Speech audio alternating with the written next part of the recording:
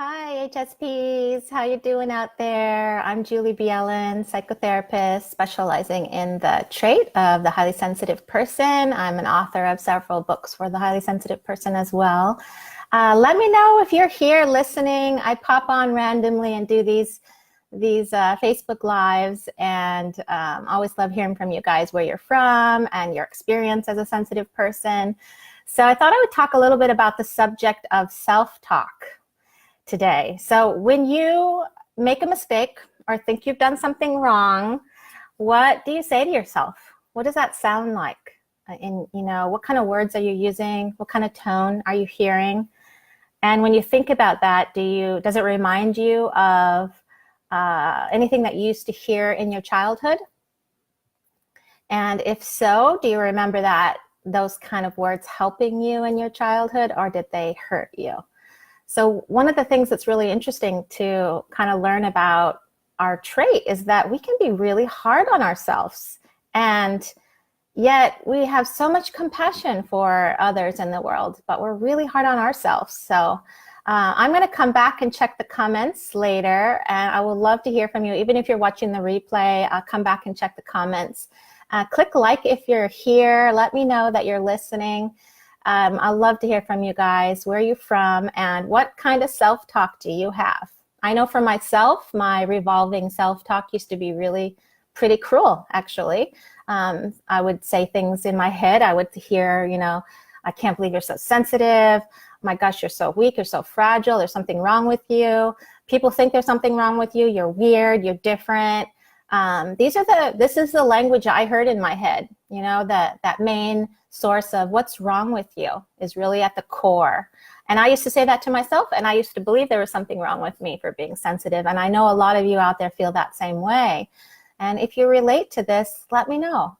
I love to hear from you guys, and I think it's really powerful when we, on my page in general, I love how much you guys talk. You post comments, you talk to each other, you support each other, you relate to each other, and I think that is so special. As an HSP, to have a space, I kind of consider you guys my beautiful HSP tribe. I'm always trying to come up with a name for you guys, but someday, maybe somebody will say something one day that'll click, and I'll love it, and I'll name you guys that, Julie's HSP tribe. I'm not sure, but anyway, I think you guys, you mean a lot to me, and for those of you that have been watching me and following me for a few years, you know how passionate I am about this trait, and you've probably heard me talk about how I used to struggle, and how I'm so passionate about helping HSPs really lift off those challenges that come with this trait, because there are challenges for many of us, especially those of us that score pretty high on that HSP self-test. I know for myself, I score a 27, and that's the highest you can score. So it is definitely a challenge, and I deal with that challenge as well. But what has happened is that I've learned about the HSP brain and why we experience things in the way we do. And we do experience things in a different way than 8 out of 10 people. So 80% of the population has a different experience than you do if you're an HSP, especially if you're up there in the high 20s. I found that those of us in the high 20s on that scale system, 27 questions, that we especially have particular kinds of challenges that we share. Lots of overwhelm, and having a hard time really getting everything done. So one of the things that I work with a lot of HSPs on is how do you pay attention to your energy and where it's going, and your self-talk. That's a big part of it. So in one of my books, I share a story about if you can imagine having 2 children in front of you that you care about, and they're both crying, and they're both feeling, maybe emotionally wounded about something.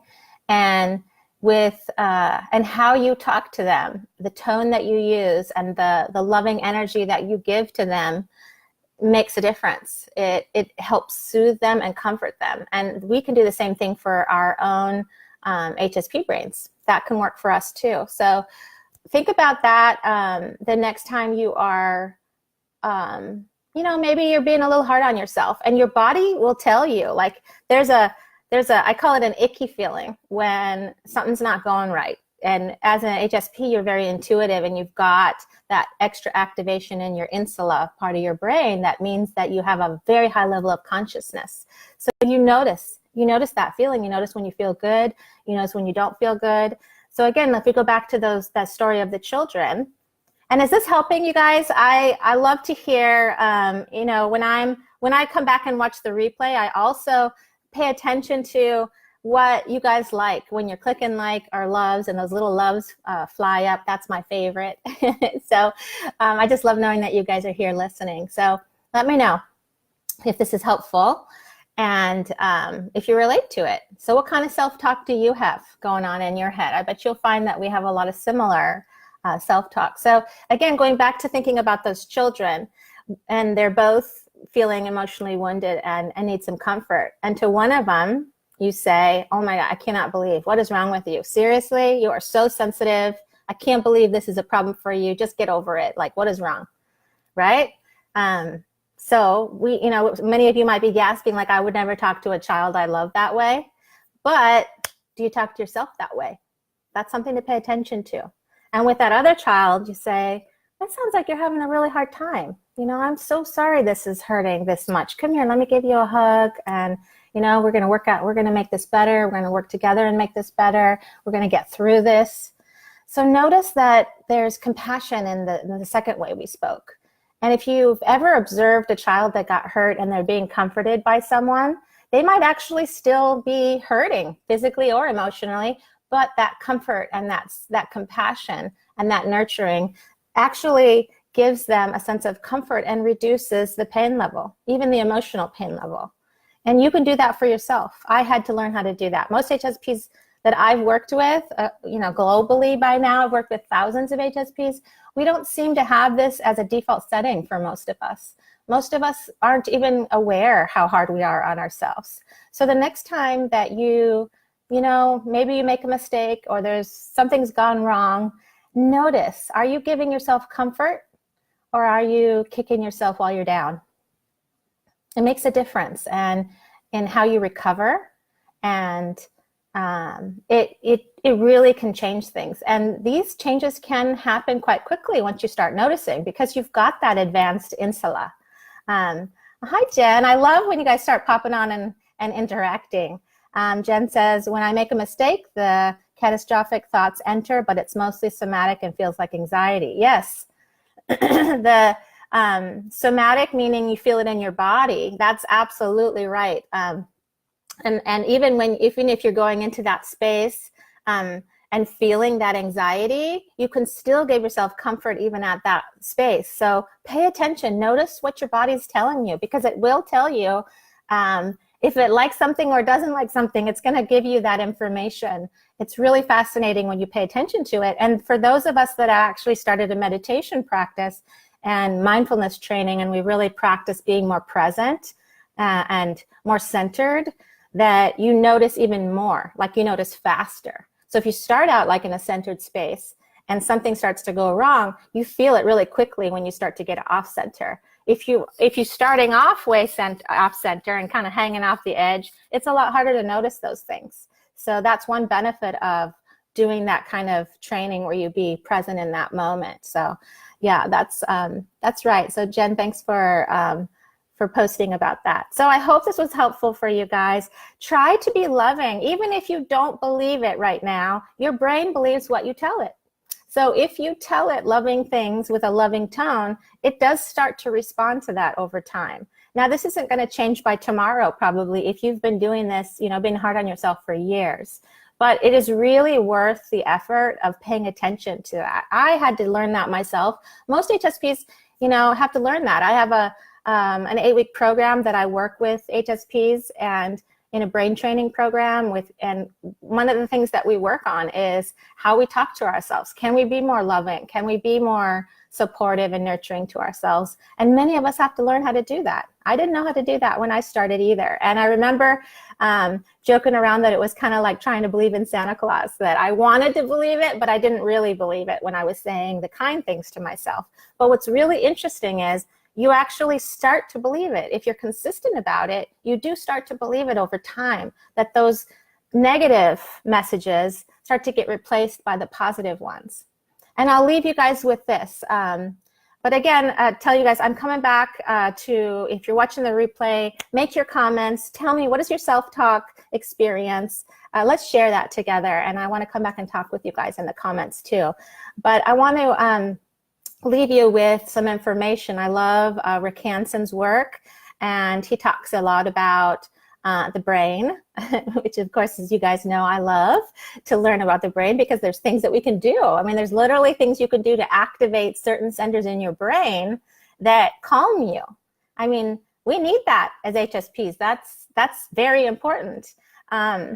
And I loved learning that because I used to feel so out of control emotionally as a sensitive person. And when I started learning about the brain, that you could actually control certain things, meaning I could, if I practice self-compassion, I'm deactivating stress centers in my brain. And the more I do it, I'm activating that sort of positive response center over and over again. So it's like building a muscle in your brain. It gets better over time. Do you guys like this? Is this helpful? Let me know if you're listening. Okay, and so I wanted to leave you guys with thinking about a little bit more information about the brain. Now, the brain has a negativity bias, as Rick Hanson calls it. And that means that negative stuff is like, he calls it, it's like Velcro. It just sticks right to your brain. Like something negative happens, instantly it sticks to your brain.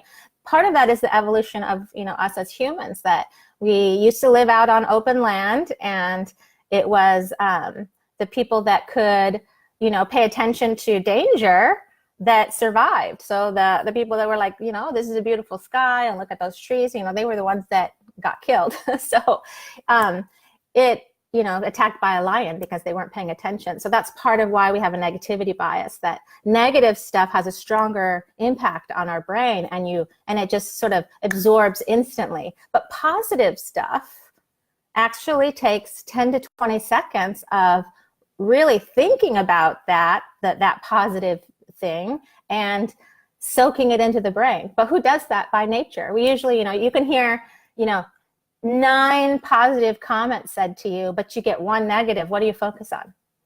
Isn't it interesting how that is? The news focuses on the negative because that's what attracts people, the negative. So, but there's a lot of great things happening in the world too. And so the more you pay attention to the positives, the more they'll soak in. So think about the next time, next time you feel proud of yourself about something, let yourself soak it in. Really think about it and hold it in for like 20 seconds. Let it soak into your brain.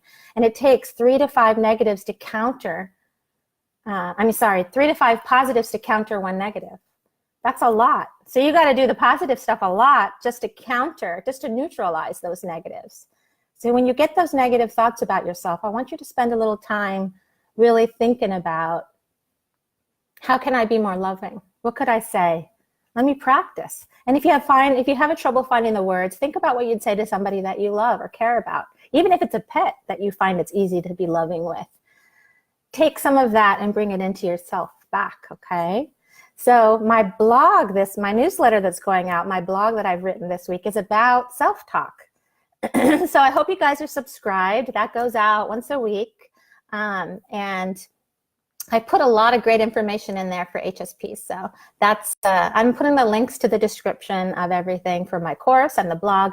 I hope you guys are subscribed, and you can get, all this information. I also post videos in that newsletter as well. So it gives you lots of good information. So hope you guys found this helpful. If you did, if you find these videos helpful, let me know. It encourages me to keep going, to know that it's helpful for you guys, and to keep posting them.